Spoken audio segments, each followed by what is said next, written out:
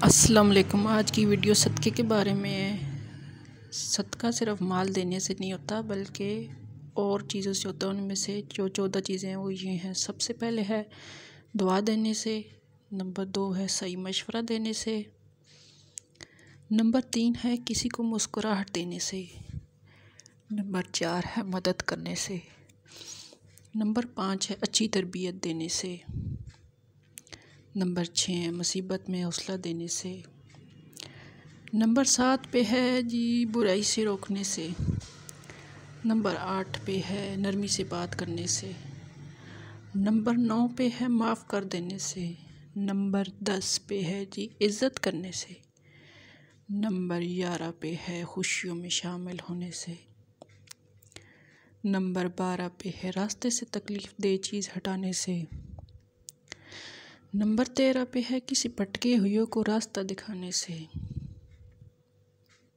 और लास्ट में अच्छी बात आगे पहुंचाना भी सदका है।